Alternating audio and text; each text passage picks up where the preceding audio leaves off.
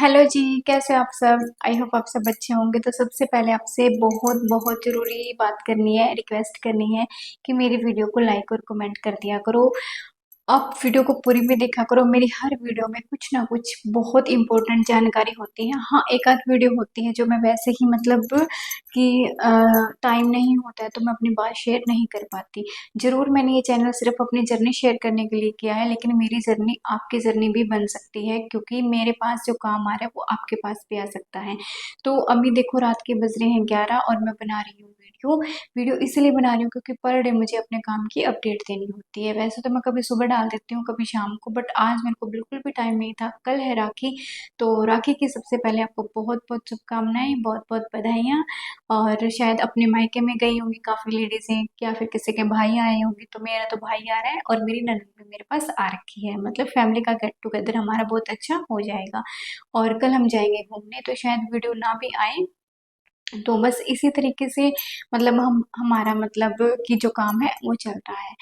तो जो चीज़ मैं आपके साथ शेयर कर रही हूँ वो बात ये है कि जब त्योहार होते हैं तो बहुत ज़्यादा काम होता है। रात के 11-11 बजे तक, 12-12 बजे तक, काफ़ी बार बुटीक्स में तो नाइट शिफ्ट भी लगती है, कंपनीज में नाइट शिफ्ट लगती है अगर वो हायर लेवल पे कर रहे हैं।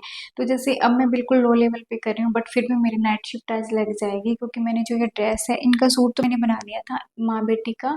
3 लोगों का मुझे बनाना था, 2 बेटियाँ हैं उनकी और एक उन मतलब कि मदर का। तो मदर का तो मैंने बना दिया था और एक छोटी बेटी का भी बना दिया था। और उनको राखी पे सेम कपड़े पहनने हैं तीनों को। तो एक सिर्फ बड़ी वाली बेटी थी, उन्होंने अपना मेजरमेंट नहीं दिया था, अदरवाइज मैं बहुत टाइम पहले ही उनका बना देती। तब ये मैंने बना दिया है।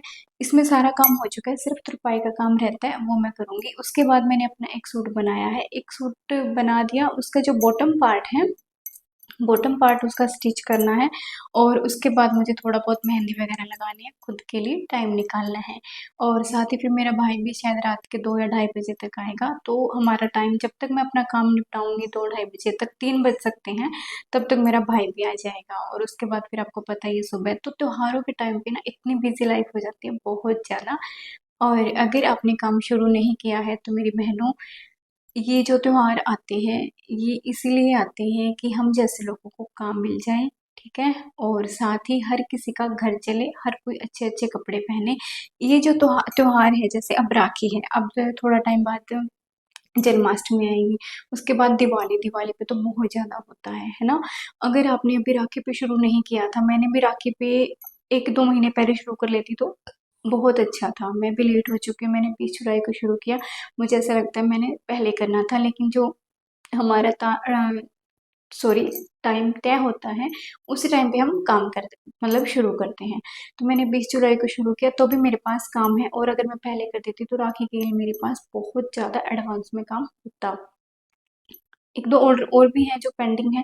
वो इसलिए पेंडिंग है क्योंकि आपको मैंने बताया था फ्रॉक्स वगैरह मुझे भेजनी है राखी पे, बट वो मैं नहीं भेज पाई। रीज़न क्या है, जिन्होंने मुझे ऑर्डर दिया उन्होंने पेमेंट लेट किया। अगर पेमेंट वो टाइम पे कर देते तो उनकी चीज़ें मैं टाइम पे भिजवा देती।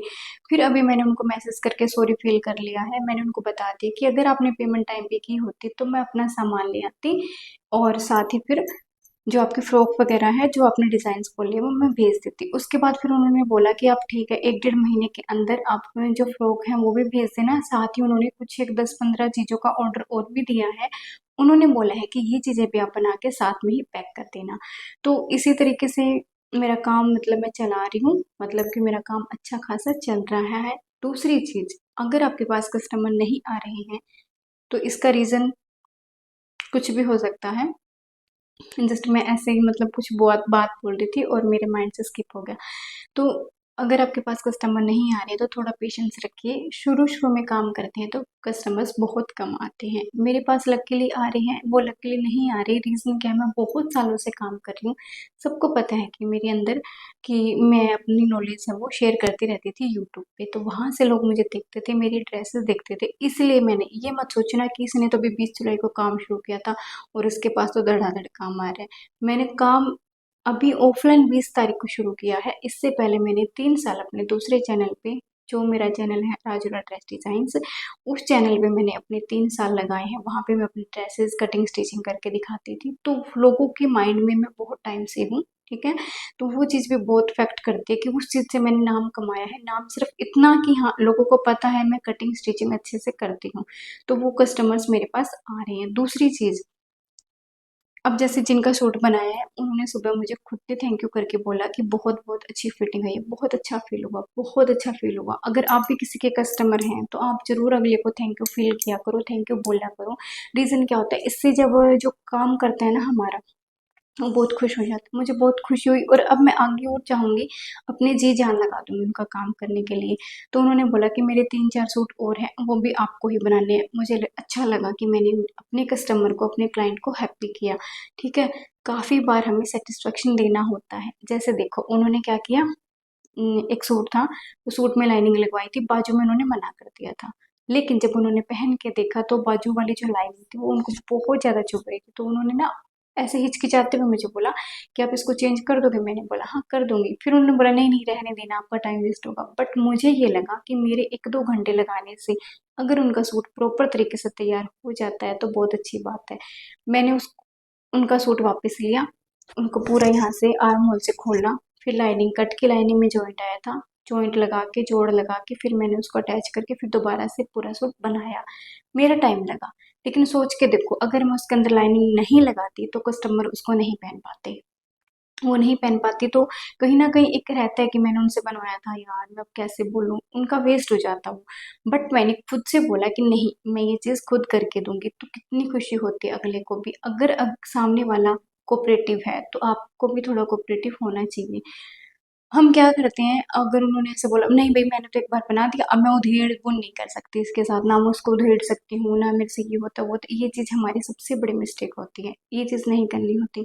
कई बार क्या होता है, कस्टमर को नहीं पता होता कि कपड़ा कैसा है, चुभेगा नहीं चुभेगा, हमें कस्टमर के अकॉर्डिंग ही बना के देना होता है। जब वो पहनता है, टच करता है, तब उसको फ़ील होती है यहाँ से चुभ रहा है, यहाँ से चुभ रहा है, कहीं से भी क्या हो रहा है, ठीक है? फिर अगर कस्टमर को नहीं पता है, तो आप उसको गाइड करके एक बार गाइड करो और फिर वो चीज़ बना दो, मतलब उनके अकॉर्डिंग बना दो, इतना नहीं करना होता। बट अगर वो चीज़ तो हमें सामने से भी पता चल जाता है, जैसे मेरी ये जो कस्टमर है बहुत अच्छे हैं, ठीक है, मतलब कोऑपरेटिव हैं, बहुत समझते हैं हर चीज़ को। तो उन्होंने मेरे साथ कोऑपरेट किया तो मुझे भी लगा नहीं इनका नुकसान नहीं होना चाहिए, मैंने नहीं किया, ठीक है।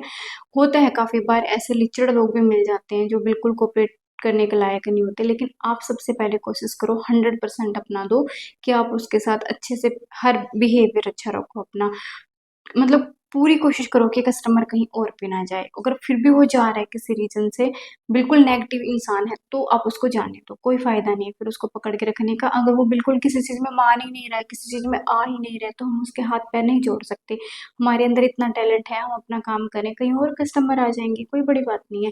लेकिन पहले सबसे बड़ी चीज़, अपने कस्टमर को इंसान की जगह भगवान समझ के देखो, क्योंकि अगर वो हमें काम दे रहे हैं तो हमारा घर चल रहा है ना। अब जिन्होंने मुझे सूट दिए, जो मुझे काम दे रहे हैं, वो मेरे लिए किसी भगवान से, किसी फरिश्ते से कम नहीं है, क्योंकि उन्होंने मुझे इतना काम दिया, उस चीज़ के लिए उनका बहुत-बहुत थैंक यू। मैं तो सच में ब्लेस करती हूँ खुद को, ब्लेस मतलब कि मैं खुद को समझती हूँ, ब्लेस करती हूँ, शायद मैंने वर्ड 1-2 गलत यूज़ कर दी हूँ।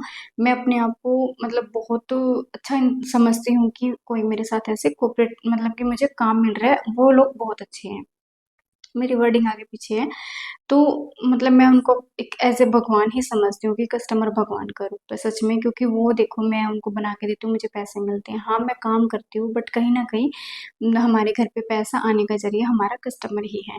तो मुझे बहुत अच्छा लगता है और मैं उनके साथ मैं अपना बिहेवियर बहुत अच्छा है, और बाय गॉड ग्रेस, भगवान जी की दया से मेरे कस्टमर्स भी मेरे साथ इतने ही अच्छे हैं जितना मैं उनके साथ पोलाइट रहती हूँ। बाकी आगे-आगे देखते हैं क्या बनता है, वो अपनी किस्मत पे है और अपने बिहेवियर पे है। देखते हैं कैसा, काफ़ी लोग होते हैं ऐसे, मैंने काफ़ी लोगों की बातें सुनी भी है कि उसने ऐसे बोल दिया, उसने ऐसे बोल दिया। वो चीज़ हम देखेंगे आगे क्या होगा, बट अब तक की जर्नी में जितने मेरे को काम मिल रहे हैं वो सब अच्छे हैं, कोई उनमें प्रॉब्लम नहीं है, कोई नेगेटिव नहीं है। आज तक किसी ने मुझे ऐसे नहीं बोला कि ऐसे कर दिया, वो कर दिया, वो कर दिया। लड़ाई झगड़ा तो बहुत दूर की बात है, ठीक है।